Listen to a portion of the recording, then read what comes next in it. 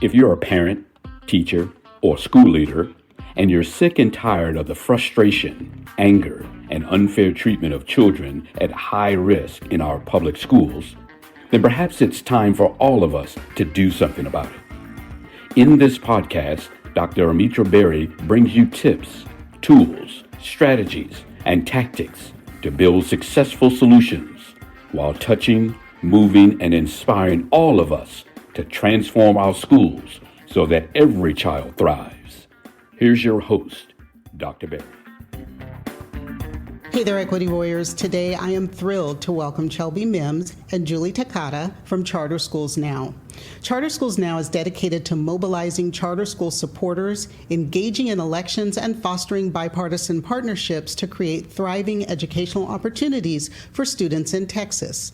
In our conversation today, we'll explore the vital role of public charter schools and why it's essential for those passionate about education to participate in elections. These inspiring leaders are working tirelessly to empower parents to choose the best public schools for their children. So join us today as we discuss how Charter Schools Now is shaping the future of education through civic engagement and school choice.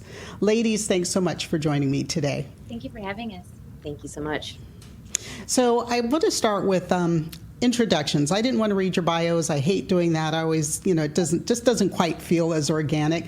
So I would like for you, because your roles are very different, to tell our audience a little bit about you and what you do for Charter Schools Now. Sort of give us an elevator bio. And Shelby, I'll pick on you first. Cool. I'm Shelby Mims. It's so good to be here with you guys today. I have worked with the Texas Public Charter Schools Association and Charter Schools Now, our sister organization, for the past 4 years. Prior to that, I was doing some external lobbying, but I, truly have found my home here, my passion here. I serve as the Vice President of External Engagement, so I work on the Charter Schools Now side of things with our election work. But then I also work on our legislative side of things, right? So I think that it's really great to pair the two so that all parties can see that we have to have good and successful elections to maintain pro-charter candidates so that when we do go to the legislature, they understand the needs of the charter community and the voice of the charter community. So it's really cool just to see those two work hand in hand. And then I also work with our State Board of Education and do some work on that end. So really just working through a lot of parts of the organization, but just making sure that the charter schools are heard throughout our policy makers. Okay. Awesome. I wanted to be a lobbyist at one point in my very, very, very, very, very, very, very, very, very young life. Very young life. Didn't go that route, obviously. Julia, what about you? Yeah, thank you so much for having us. I'm so happy to be here. Shelby is a tough act to follow. I should have reversed you. So my role with Charter Schools Now and the Texas Public Charter Schools Association is Senior Director of Donor Relations. So I am charged with raising money for the work that we do electorally, and then also to a lesser degree, especially right now during election season, with our advocacy work on the TPCSA association side. And my background is I have never wanted to be a lobbyist. I am slightly aghast to find myself so deep in the political realm, but I am nevertheless happy to be here. My background is very much in public charter schools, working as a fundraiser, more on the institutional fundraising side of things, so grant writing and things like that, with a couple of networks and schools in New Orleans, Louisiana. And so this is kind of my leap into more systems level, trying to affect change in that way. And it has been very interesting. And just happy to be here. Thank you. All right. So we're going to have a bit of a Texas Lens Star conversation today, I think. But my listeners are from around the country and, in some cases around the world. But the topics that we're going to talk about aren't necessarily state specific. These aren't just things in Texas, right? So are there similar or sister organizations to Charter Schools Now? And you mentioned TPCSA, Texas Public Charter Schools Association. Are there sister organizations in other states or even at the national level so listeners from other places will know where to go for their state? I see nodding, but who wants to take that one? Yes. So the Texas Public Charter Schools Association is a 501c3 membership-based organization. So essentially, we invite, it is not a requirement of public charter schools in Texas to be members, but we essentially, we're a service provider membership organization that engages folks in advocacy and, basically advocates for policies that are going to help schools be able to do their best work. And so these types of associations do exist at a state level across the country. So for folks in other states, if you look up your state public charter school association, you'll likely find something there. And there is also the National Alliance of Public Charter Schools. And that's kind of like the national level umbrella organization. When it comes to Charter Schools Now is actually a 501c4 organization, which enables us to flex a little bit more into the lobbying side and advocating for specific bills, policies, and then it also serves as a bridge to our political action committee, our PAC, which is how we engage in the electoral work. And so I actually am not sure, not every state association has a similar sister organization or affiliated organization, but many states do have political action committees or C4 organizations that are out there advocating and lobbying on behalf of public charter schools. But Charter Schools Now in Texas, Charter Schools Now and the Charter Schools Now PAC. Well, the Charter Schools Now PAC is the only political action committee in Texas that is singularly focused on public charter schools and promoting candidates who are supportive of public charter schools. Okay, that's a lot to remember. So I'm gonna, if I boil it down, no matter where you are, you're going to look first for your state charter school association, and if you can't find one, go to the National Charter Schools Association. Correct? Well said. All right. Put it in a nutshell. So in Texas, and I guess around the country, charter schools really became a thing in the 1990s. In Texas, they were created in 1995. So who can tell me? I'll go Shelby, it's your turn. What is a charter school? If I'm just I know what they are, but from the average person who doesn't understand, what is a charter school? Yeah. First and foremost, charter schools are public schools. They're free to attend, and they are open to all. Before I started at the association, I live in the southeast part of Houston, and all of my cousins were going to charter schools. And at that time, I was not familiar with the association. I was not familiar with their charter schools. And none of my aunts, none of my cousins knew that charter schools were public schools. They just thought that they were these kind of random entities that just popped up in our neighborhood. And we were just going there. I've spoken to so many parents, I've spoken to so many people within the community that just don't know that charter schools are public schools. So we just always like to first just start off by saying that we are public schools. We are held accountable to the same standards as ISDs. And we are open to all and tuition free. We are also funded by the state of Texas. And we are, as I said before, held to the same academic and financial standards as the traditional ISD.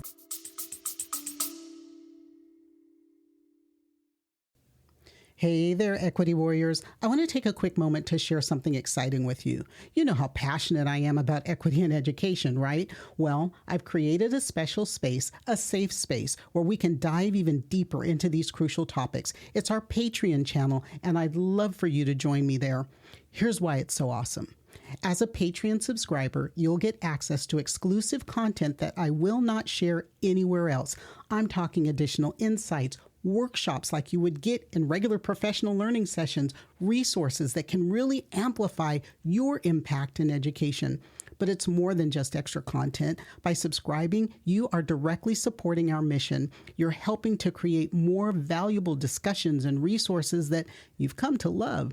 You're part of the change we're making in educational systems. And let me tell you, our Patreon community, it is something special. It's a place where passionate educators and advocates can come together, share ideas, and drive real change.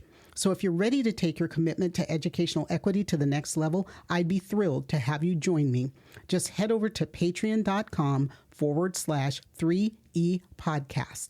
That's patreon.com/3E podcast. Remember, your support means the world to me, and it helps me continue this important work. Together, we can create the educational system all our students deserve. Thanks for considering, and now let's get back to the episode.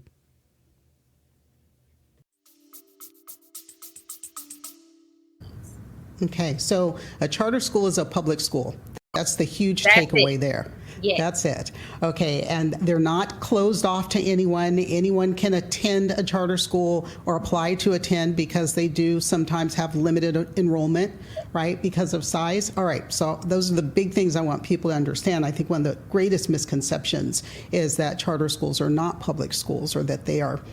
Yeah, we're going to get into misconceptions in just a little bit. But one of the things that I know is that charter schools are big contributors to innovation when it comes to education. So can either of you give me something that, comes to mind right away when we think about innovation in charter schools, the practices that have been introduced, something that, sticks in your head as something you'd want people to know about in general? Sure. I can start us off.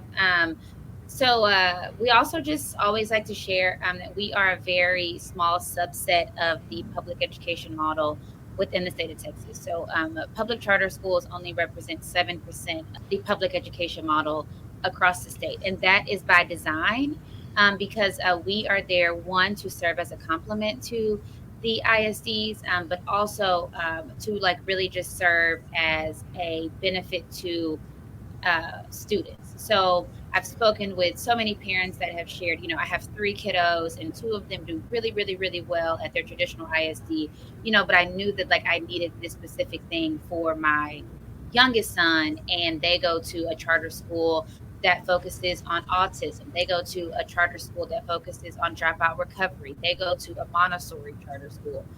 So there are a lot of different avenues and innovative models there.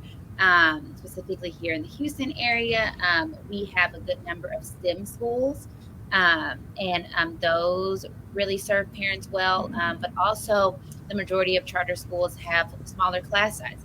So for someone who, used to get lost in the shuffle of school, really hearing that as an adult, I could have definitely benefited from the smaller class sizes, from the one-to-one and relationship with the teachers. Okay, so I think for a lot of parents may know about magnet programs or something that's similar to it. So a charter school, again, I'm trying to boil it down and make it simple and digestible for everyone, is sort of like a magnet school, only it's independently operated. It's not part of in Texas, we say ISD for independent school districts.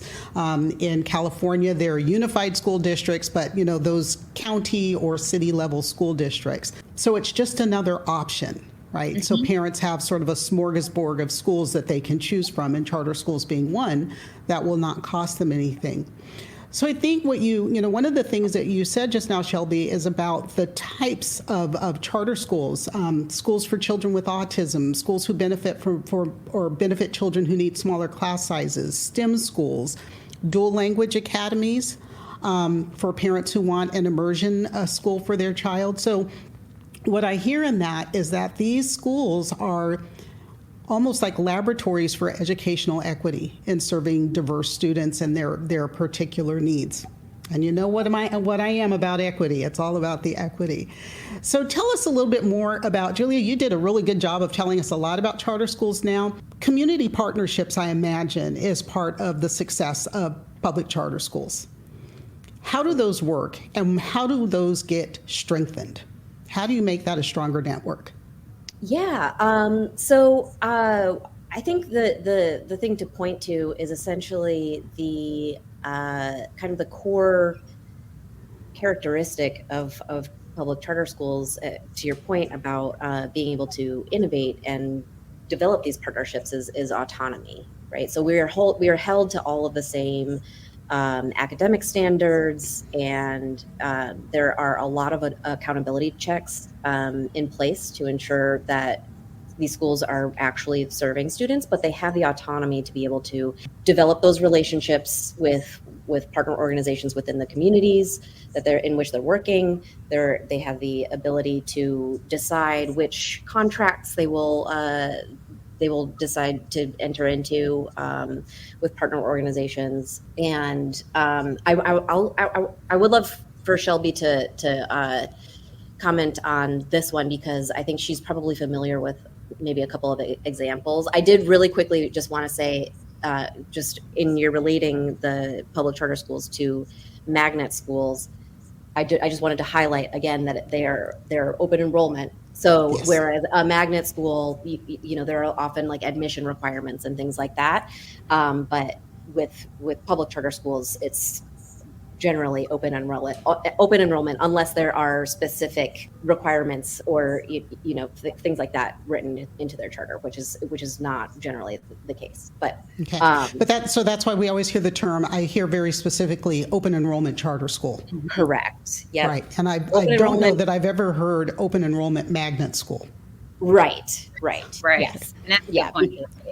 Yeah, because with magnet schools, your child will need to do a test or an interview, and they are able to actually like pick which students are attending their schools. And with public charter schools, that is not an option. It is open enrollment, meaning if a child applies and there is a seat, they are awarded that. They can have it. Okay. There are waiting lists sometimes, though. Yes, correct. Okay. Yep. But it's not a selection process. It's simply that we have 500 seats. We have 700 people who want to be in here. So the first 500 are seated, and then you work your way down the list. Yeah. And if you can believe it, by the last count, I believe there were 76,000 students on the wait list across the state. Wow. That's a lot of children. That's a lot of children. Yeah. It's a lot of demand.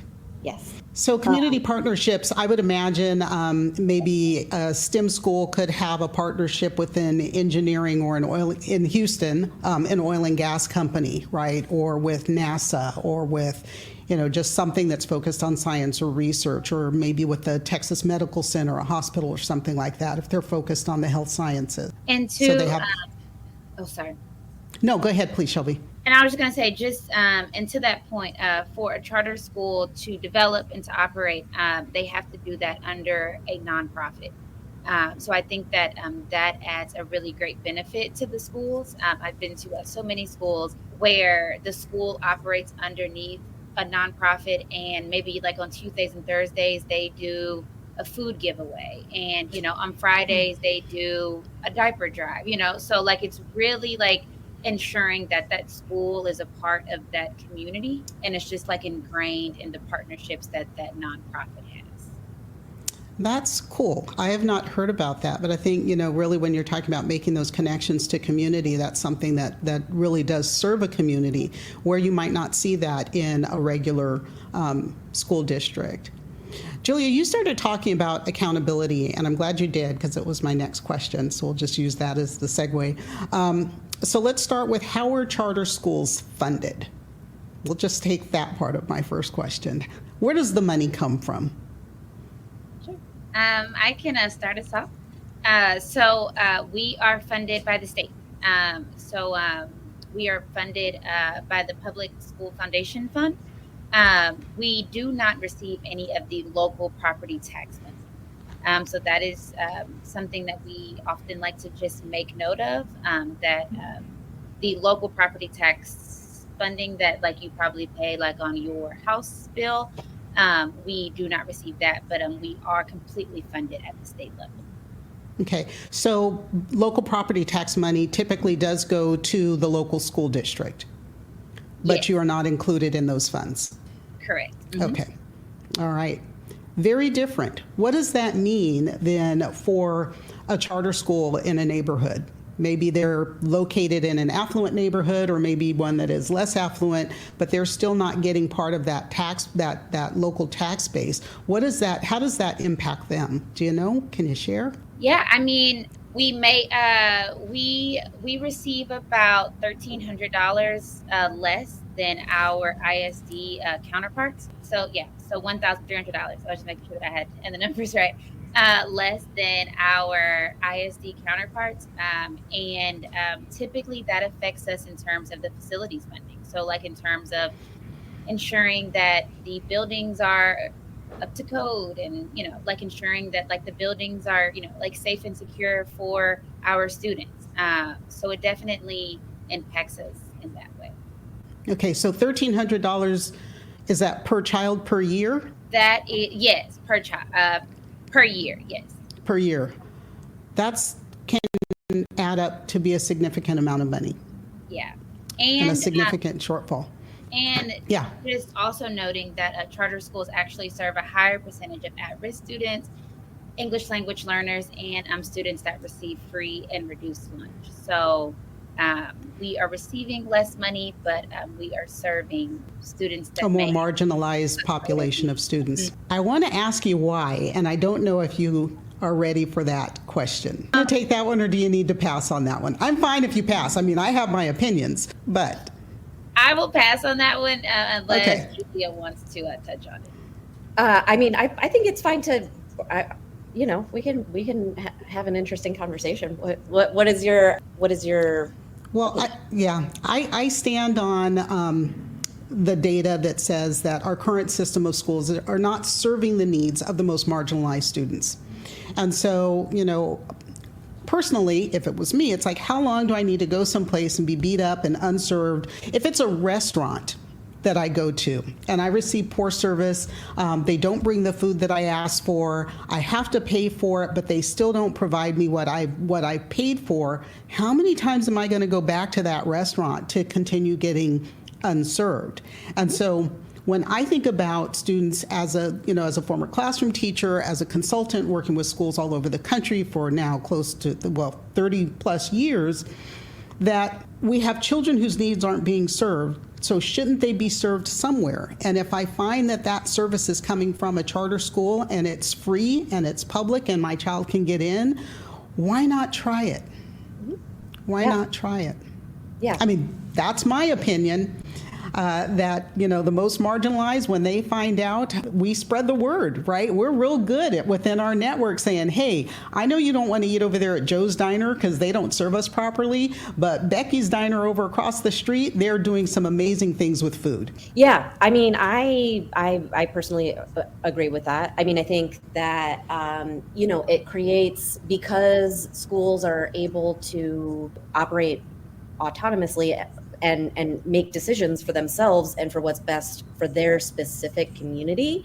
It enables these institutions, like these charter schools, to do things a little bit differently than what's happening in your local neighborhood school. There is more flexibility in terms of individualization for students. So, if something is maybe not working for a kid within the school, it's not a situation where there has to be some kind of like hierarchy of, approval. Maybe a hierarchy of interventions and approvals, and this is what we do, and this is maybe a little more responsive. Exactly. Okay. Right. So, I mean, I think that is, that's always been why I personally have been involved with charter schools over the years, is, the ability to innovate and flex to the needs of the kids who are the actual children and families who are in the buildings, rather than, what the state policymakers are passing down. Yeah. So. Well, there's no secret. I've been very, very vocal about systems that are set up right now are set to serve the adults, not the children who attend them. So That's just and I get to say my 2 cents worth all the time without a muzzle. So the second half of that question about how charter schools were funded, you've talked about accountability. How are they held accountable, at least in Texas? What's the accountability look like for a charter school? Sure. First and foremost, we just always like to really touch on the 3 strikes rule. What the 3 strikes rule requires is that any charter holder that fails academic or financial accountability for 3 years straight is set to close. So there's no appeals process. So like we kind of like touched on the fact, the analogy of going to a restaurant that has, like failed you like time and time again. If that happens 3 consecutive times with a charter school, they are set to close. That is probably one of the highest levels of accountability that we do have. Just also touching on the fact that we are also responsible for administering the STAR test. And that's another myth that I have heard quite a bit, that we do not do standardized testing, and all charter schools do that. We also have private schools don't have to, but charter schools do. Mm-hmm. Okay. I want to make sure people hear that one. Yeah. Yes. And we have the same academic and financial accountability. We have the same teacher retirement contributions. And then another myth that we hear quite often is because our boards are not elected, they are appointed, that our boards are not held accountable, but we are definitely held accountable to the Open Meetings Act, the Public Records Act, the Conflict of Interest. So although they are not elected, they are still held accountable to the state. Now, right now, off the top of my head, I can think of one board that is not elected that isn't an ISD. And that typically comes with, and it happens around the country when a district is taken over by the state, that their board is appointed, not elected. So you can't have it both ways. But we won't go down that rabbit hole. So you touched on a couple of myths. Are there any others? Because I really want, we talked about open enrollment. I know that's a myth that people think that charter schools pick and choose their kids. It's not. It's open enrollment. The accountability. Wait a minute. Let me back up. I like the way you framed the 3 strikes rule. As one who's been around this ballpark for a long time, I can remember, and I won't call the name of the district, I can remember showing up to do consulting work at a school district after school teacher training session. And just before we got there, we found out that the district had been taken over by the state and that the teachers were not going to receive paychecks that day. It was payday. And so here we are in an after school, which means you've already done your workday session with a room full of teachers who just found out that they are not going to be paid. It was years of financial mismanagement, years, not 3 years, decade plus of financial mismanagement before that action was taken against a public school district, not charter school, public charter school, but just a regular, in Texas we'd say ISD. In this state they were called something else, SDs, but a long time, and it just doesn't happen. And it certainly never happened for failing to educate the children in that district, which I think is another aspect of the 3 strikes against a Texas public charter school, that when you fail academically 3 times in a row, that you lose your charter. And I see you nodding your head. So there's I think the level of accountability, the big takeaway there is that there's a much higher level of accountability for a public charter school than there is for a public school district. Yes. Yeah, indeed. All right. Any other myths that since we're sort of doing Mythbusters right now, any other big myths you want to bust while we're on the topic? One that I hear quite a bit, that I definitely just want to make clear, and Julia probably knows what I'm going to share, but that public charter schools don't educate students with special needs. That is totally not true. From someone, I spent 2 years at the association as a regional director, so we go day in and day out to visit schools and to visit campuses. So I saw it with my own 2 eyes. By the federal law, we must educate students with special needs. when there's like the audit process that charter schools go through, that is a part of the audit process. And when there's a part of the renewal process, that is, like a criteria there. So we do educate students with special needs. Okay, you just said renewal process. So charter schools don't just get a charter and go forever. Yes, there is a very stringent renewal process, and I would love to know all of the details about it. I know the very high level. We have a colleague on our team that can probably deep dive into it, but there is a renewal process that the schools must go to, and there is an expansion process. So if a school would like to go to like a different city, a different part of their like town, there's a process with TEA, I believe, for them to expand. So they can't just open up another campus. Like we seat 500, we've got another 500 on the waiting list. We'll just open up another shop. That can't happen. All right. Unless their original charter says that. So like if their original charter that they received from the State Board of Education, says that they can do these things, but if they want to expand, they must go through. They have to go through a process. And they have to get, it's like getting your testing for your driver's license every once in a while.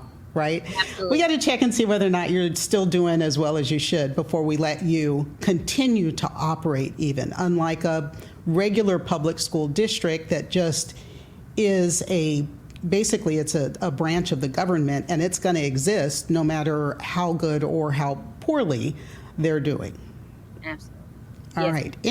Any other myths? We're on a roll here. The ones that I just listed are the ones that I probably hear every day, so they're probably like front of mind. Okay. So I can't think of any more right now. Yeah, the special education one is one that I hear quite often that just makes me want to like scream from like the top of my like roof that is not true. Yeah. There's a federal guarantee, any public school under IDEA, Individuals with Disabilities in Education Act, that every child is entitled to a free, appropriate public education. And since charter schools are public schools, that means they are required to provide a FAPE under IDEA. So it doesn't matter whether your child has a disability, an identified disability prior to attending a charter school, or if that disability is discovered while they're in attendance, they are entitled to receive instruction. All right. Absolutely. And I think probably the only exception there, and that's true for regular public schools, is that if the disability is so severe that it cannot be served in that setting, that then they can go to an alternate setting. But those are some very extreme circumstances. Yeah. All right. My next sort of big question, umbrella question, why would a parent want to go to a charter school? And we've sort of touched on that, but if somebody asks you in the elevator, hey Shelby, hey Julia, why should I send my child to a charter school? What would you say to them? I can tag in here. So, I personally would say that I can't tell you that. It is fully individual. It's about being able to make a choice about what's best for your own child from a place of, confidence that you have many options to choose from. Because the most affluent families are able to do that every day. And, pick and choose and find a private school that fits their needs. If they're not getting what they are looking for at a public school. I have a kindergartner, and he is at an Austin Independent School District school, but he's not at our neighborhood school. So, and I was able to look at the options around me. So I was, everybody has their own criteria for what makes the perfect school. So I was looking for something that was geographically close to us. I'm not interested in, carting a kindergartner for like an hour-long commute every day, right? And so, there's that, the size of the school, the leadership, whatever is important to you.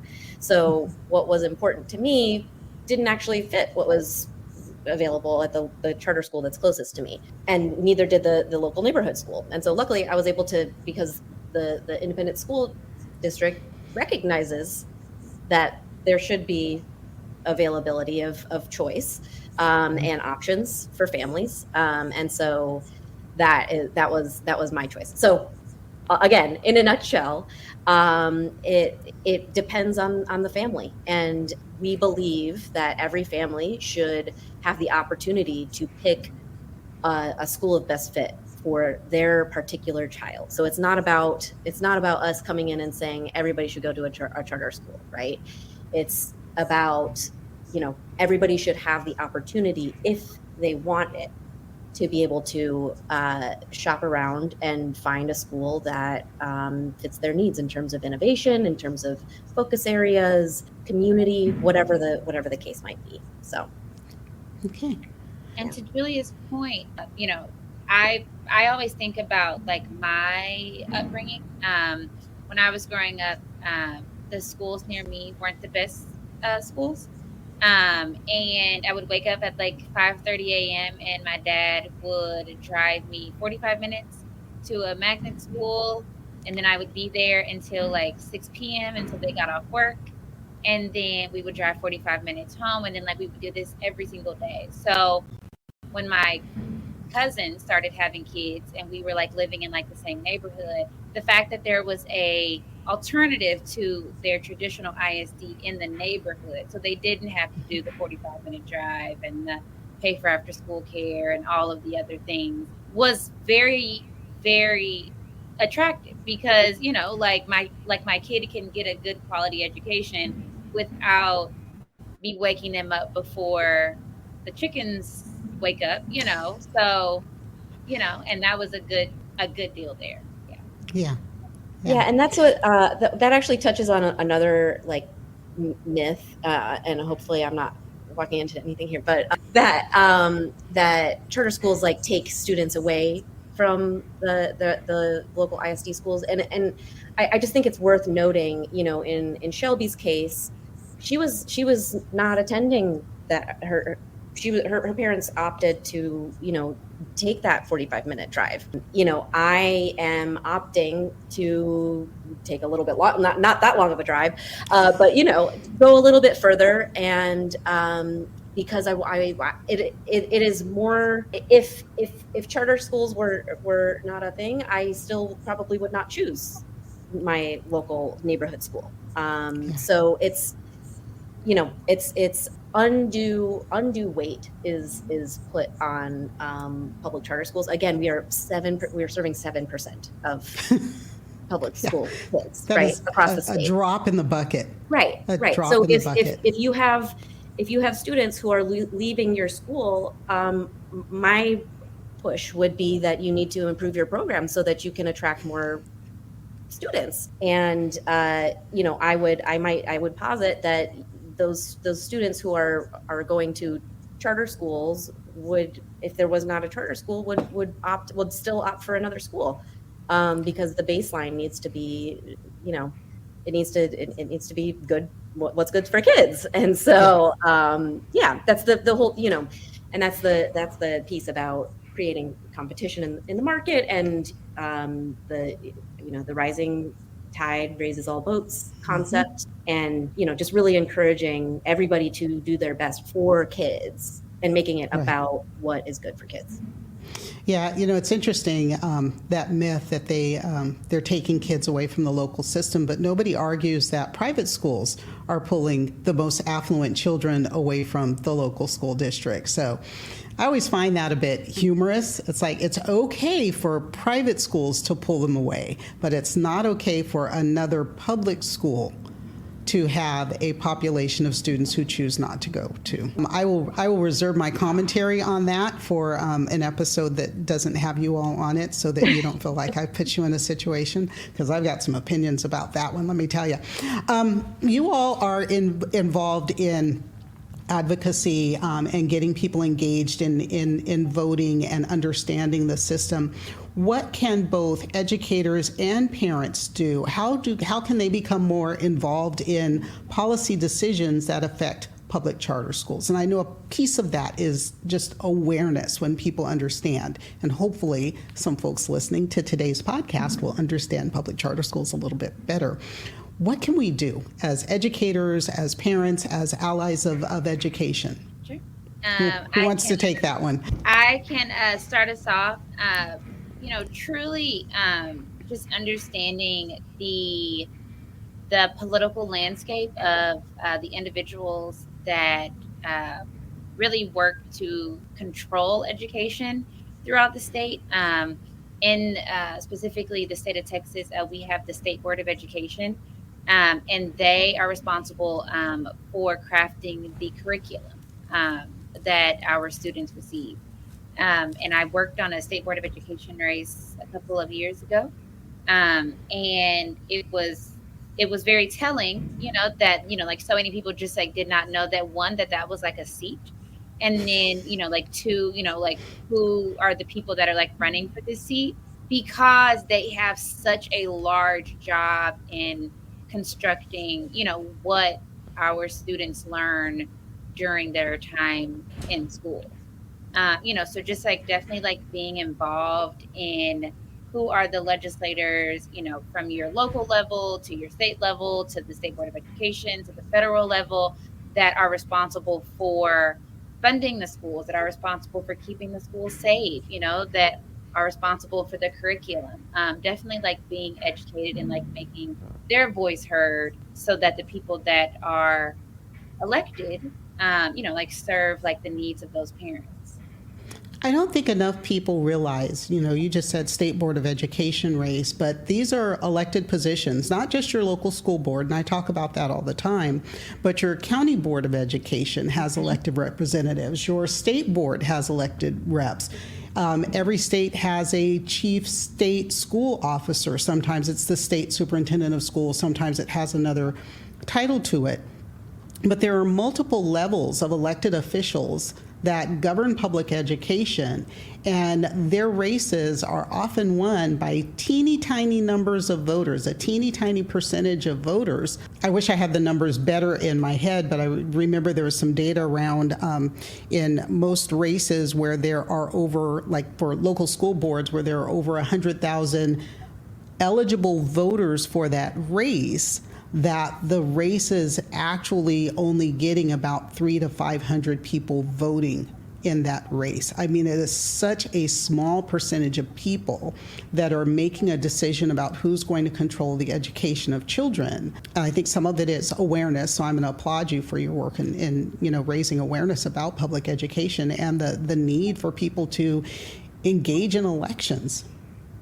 Yes, yeah. Definitely. And, it's the education related seats, certainly. But then also in the state legislature, that is where a lot of decisions are also being made.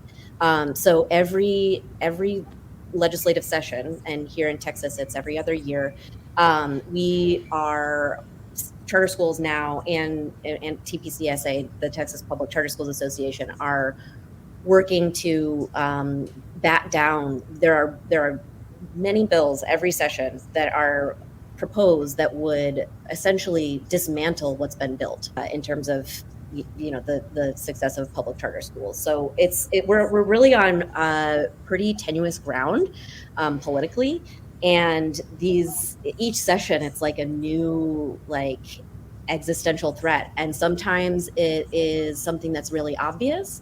And then sometimes, like last session we had, there was an amendment that was proposed that would have required a citywide election for every new charter campus, which is essentially like a death sentence to the movement, because new schools would not, first of all, there's, as you said, low turnout for those types of elections, those local elections. And then also the job of educating the public would be massive. And the charter community only again makes up 7% of public charter school students. Public school students. So yes, it's also so the legislative work. I would say the cool thing, as I have become more familiar with this political work, is working for Charter Schools Now PAC. Because it is a single issue PAC. It is the most like bipartisan mechanism that I feel like I've encountered in this like crazy day and age of highly complicated political opinions, right? And so being able to a lot of our elections work actually focuses on making sure that folks are aware and educated on where candidates stand in terms of public charter schools, because you might have, and these are all down ballot votes. So like you might vote red or blue at the top of your ticket, right? But once you get further down and into the, which frankly is more of the like daily impact, the day-to-day impact on our personal lives as citizens, you might, if you care deeply about your public charter school or the school that your child goes to, the difference, you might cross party lines to vote for the other side, just based on their stance on public charter schools. So that's been a really interesting piece of this work, because we do not get behind all, it's truly bipartisan. We support Democratic candidates, we support Republican candidates, and that enables us to really be strategic about how we're building a legislature that will cultivate an ecosystem that is supportive of charter schools. So that's been a really fascinating. I think I went off on a tangent. I don't know where I started, but it's been really fascinating to enter this space for sure. And then to Julia's point, really building up that education piece, because we can't ask a person to, vote blue at the top of their ticket and then, like change at like the bottom of their ticket because a candidate is pro charter, unless we have like educated them on the fact that like this candidate has gone out on a limb for charter schools, been like a super like supporter of their child's charter school. So like we do like a really, really, really like a big part of our work is just like making sure that the parents and the community are just knowledgeable of the pro charter candidates that are on the ballot, whether they be a Democrat or a Republican. What's important is that this is for children in a climate that is politically charged, where people are not to be extreme, but some people talking about time for another civil war kind of nonsense. This is about children. This is about our future, and their education and our ability to be a country that continues to thrive. So it should be crystal clear for anyone listening today that charter schools are public schools. But before I let you go, one last quick fire round. Dr. Angela Davis once said, "I am changing the things I cannot accept." So what is something that you cannot accept? And how can listeners support a change in that area? And Julia, since Shelby got to go first on the first one, this one is yours first. What is that thing that you cannot accept? And then what can people do to help support the change? Sure. No, Julia gets to go first, Shelby, because you went first on the opening, on the elevator speech. Okay, and there is a little bit of an echo, Dr. Berry. I don't know. Maybe. Okay. Can you hear me? Yeah, You have a question? Like whenever either one. That's very. Is there? Can you mute for a moment? Okay, let's see. Okay. Nope. Is it me? You still got echo? Yeah. I'm sorry. It's very difficult. Do you still have echo? Yeah. Okay, this is going to be fun. Go down in your settings. And I think this might be because my headset just died. It might be the other thing. And go to audio. Now, I'll do it on my end. That might take care of it. How is that now? Let's see. That's best. That's great. Okay, so I'm going to back up. I'm going to ask you the question again. Thank you. Really disorienting. Hey, no, that's okay. At least I've kept my language clean today. All right, one last quick fire round. Dr. Angela Davis once said, "I am changing the things I cannot accept." So what is something that you cannot accept, and how can listeners help support a change in that area? And Julia, you get to go first this time. Okay. Thank you for that question and for that quote. That really speaks to me very deeply. I cannot accept a world where our systems are that were originally, well, let me back up. Hold on, let me choose my words, because I actually just disagreed with what I was just about to say. I believe that every child deserves the opportunity to a high quality public education that meets their needs. I want that for my children, and I believe that every child should have access and should have the opportunity to choose a school, choose a pathway, choose an educational journey that works for them and enables them to thrive in whatever they choose to do. And so that is really honestly, that is the reason that I've been involved in this work of public education for the duration of my career. And that is, I cannot accept a world where, politics and adult egos and money and all of the things stands in the way of a kid getting the education that they deserve. Thank you. Well said. What can people do to help support you in that? Yes. So as I mentioned at the beginning, my title is Senior Director of Donor Relations. And so right now I am stumping hard for political contributions. And so as a parent of a kindergartner, so I am of the mind that you asked earlier, what can people do to really get involved in this movement? Advocacy is 100% a valid and a very, very important piece of this. For me, I work full time. I have 2 kids. One is 5, one is 2. It is a lot. I am not going to show up to every PTA meeting. I'm not going to do every action. But if you send me a link to contribute $10, I will opt for that. So there are many ways to get involved, and making a political contribution to the Charter Schools Now PAC is one of them. And again, just as a plug for that, it is truly a unique organization.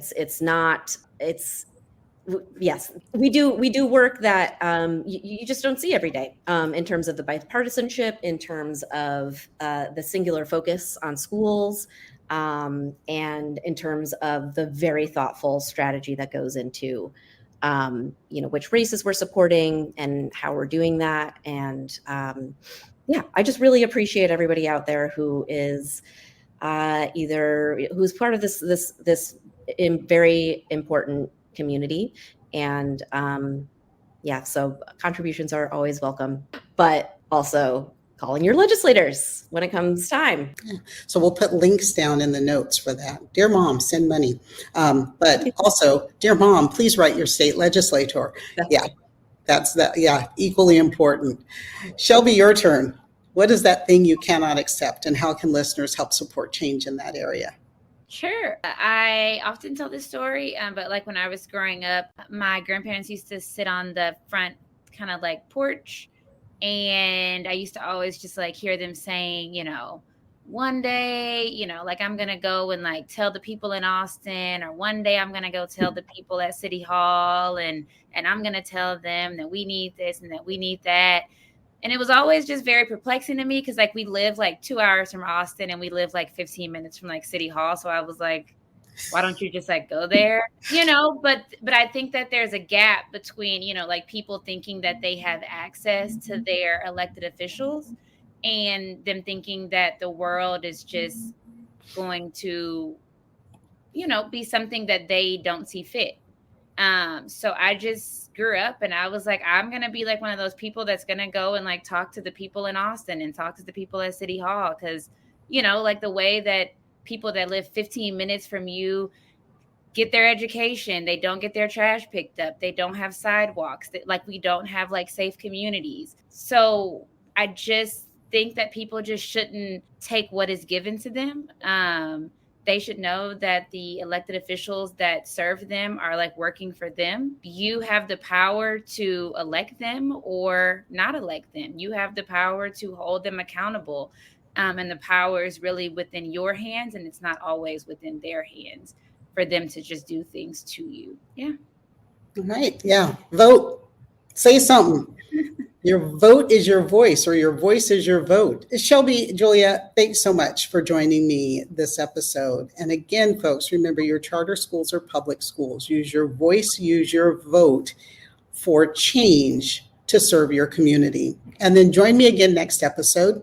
If you've got a question, a topic you'd like covered, or a special request, you can text it to me, because I do want to hear your stories. And remember, don't worry about things you cannot change. Change the things you can no longer accept. And that's a wrap for today's episode of the 3E Podcast. Now, here's how you can make a real difference. First, smash that subscribe button. It's free. It's easy. Just do it. Second, share the show with anyone you know who cares about education. And third, consider becoming a supporter of the show. Together, we're not just talking about change, we're making it happen. Make a donation today to be part of that mission and change, and I'll catch you next time.